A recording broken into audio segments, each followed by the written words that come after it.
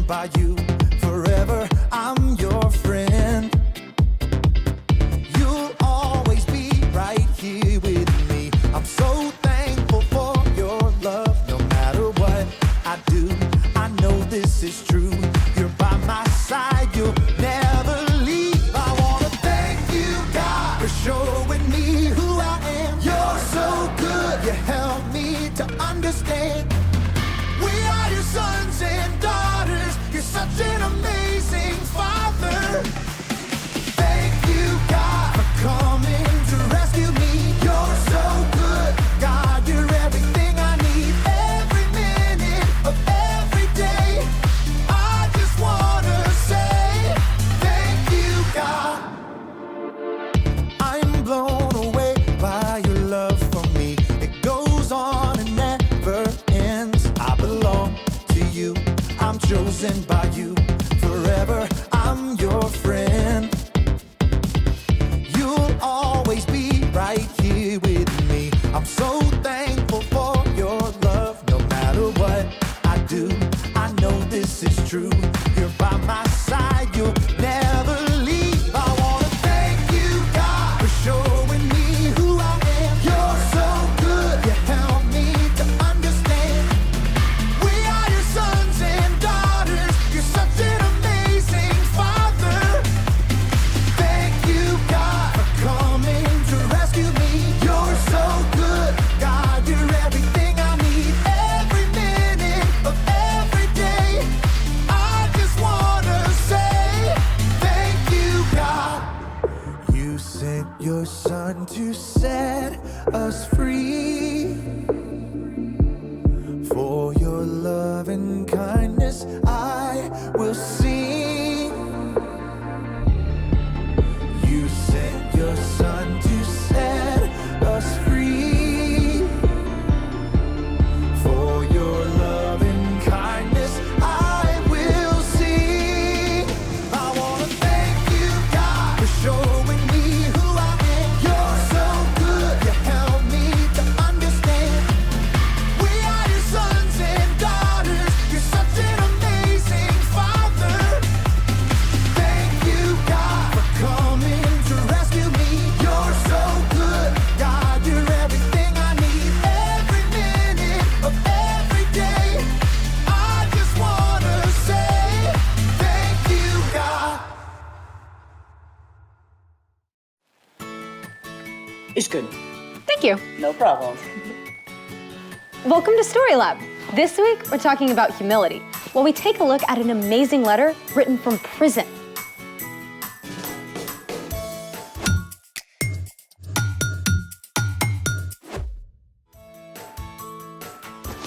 Hey, I'm Sebastian. And I'm Skylar. We're talking about humility, which is putting others first by giving up what you think you deserve. I think one of the best ways of putting others first is by helping them eat well. Like a box of fudge rounds. I was thinking more of tasty veggies. My relationship with vegetables is complicated. How about this vegetable? Are you for real? Yep, world's heaviest carrot, according to the Guinness Book of World Records. That's gonna need a lot of ranch. Then there's this. World's biggest cabbage? Yep, It's like part of some prehistoric jungle. I feel like we should see some dinosaurs roaming past it. speaking of which, It's a Vegisaurus! world's largest mixed vegetable sculpture. Amazing. Slightly terrifying. Our guest today knows a thing or two about veggies. He builds with them? Nope, he grows them. Great. I'm ready. Hi, Phil. We're so excited to talk with you. Hi guys, hey, it's good to be here. Can you tell us a little bit about what you do? Sure, I run Cherith Farms, which is a small market garden that supplies an average of 40 baskets a week, all 4 seasons of the year to our 65 families. Wow. What's your farm like? Well, it's a very intense little farm. It's a 1/4 acre if you do the math of how much we actually grow on. But we grow all major food groups. That's what makes a market garden a market garden. It has a variety of crops, a great diversity of crops, and we grow them all. Everything from broccoli and cabbage and beets and carrots and lettuce and kale and bok choy, onions and garlic, and a lot more. So, any watermelons? No watermelons. The watermelons would cover this entire garden. So you have a special plan of what you plant? Absolutely. I can tell you what I'm planting next year and where I'm going to plant it. We rotate our crops every year into a new space. And so ideally, the same crop isn't planted for almost 8 years if I'm managing the garden well. Wow, that's a long time. Okay, it's easier on the soil and allows the garden to produce very well. A good garden is always giving back to the environment. So, it's like you have to get to know your dirt. Yes, and that's where it really gets fun, because in the creation story of Genesis, God tells the earth to bring forth vegetation. I'm always amazed at how the ground can adapt and respond to good care and love with such energy and life, like this. So farming is really a lot of hard work, right? I do work hard, but you know, everyone works hard. I get to choose the times when I work hard. All the vegetables you provide are such an amazing way to serve the community. Well, I'm glad I can do my part. But really, I'm only one gardener. In fact, that's how I sign my emails to my updates of my customers. One of you gardeners. How's that? Well, I love it when people come to my farm to pick up their produce for the week, and they can see where it all comes from, and they can see the person who's actually involved.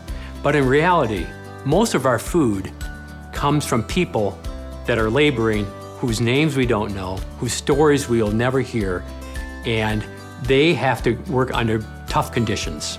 Wow, I never thought about that. Those people are out there in the dirt, they're working in the cold, they're working in the heat, they're working when it's raining, they're working with the frost on their hands, maybe their gloves aren't working that day, but they don't get to pick the days they get to choose.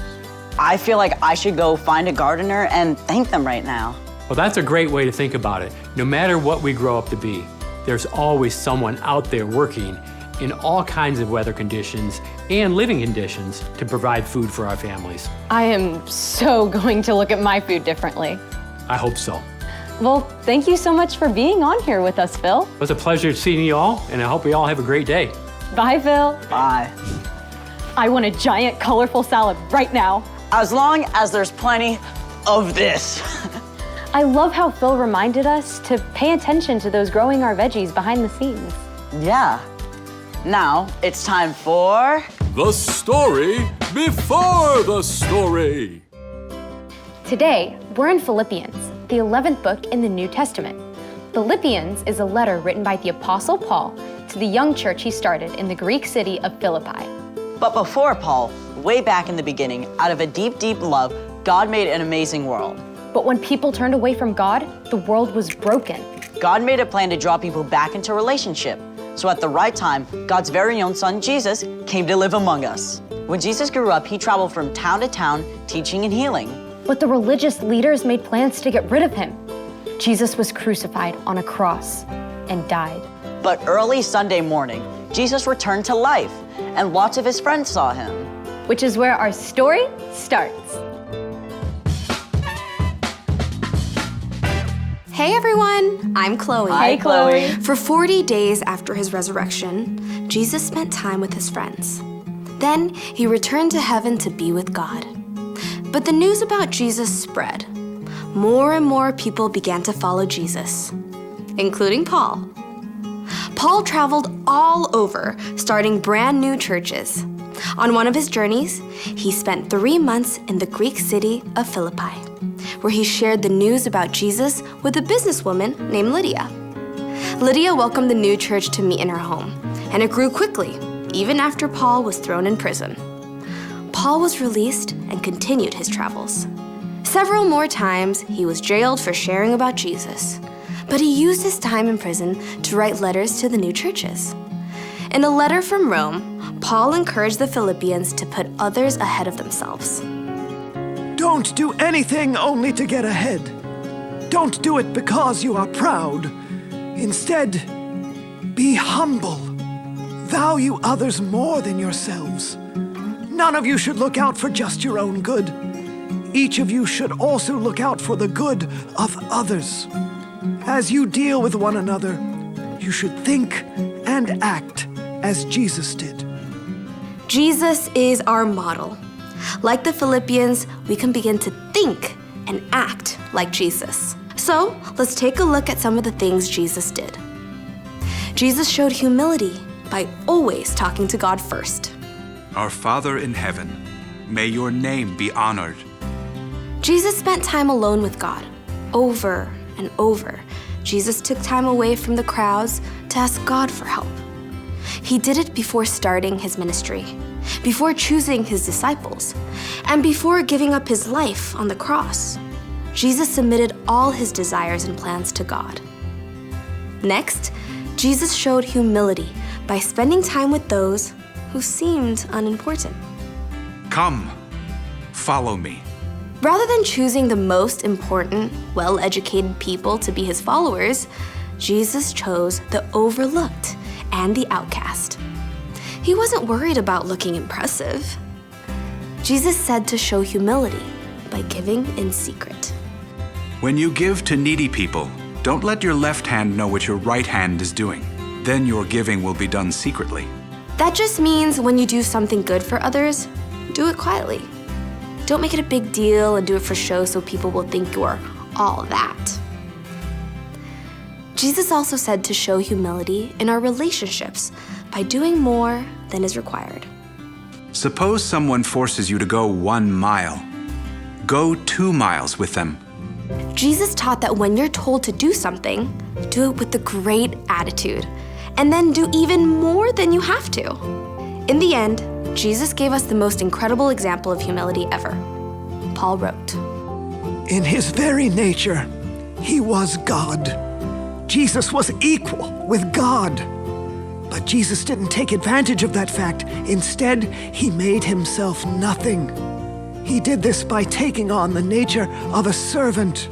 He was made just like human beings. He was humble and obeyed God completely. He did this even though it led to his death on a cross. most of us will never be asked to actually die for someone. But every day, we can look for opportunities to set aside the things we want in order to put others first. Because Jesus puts us first. The end. Gotta be honest, this one is hard. Yeah, I mean, it's just so easy to default to what I want and what I need. That's right. It takes practice to pay attention to what other people need. And then to find ways of putting them first.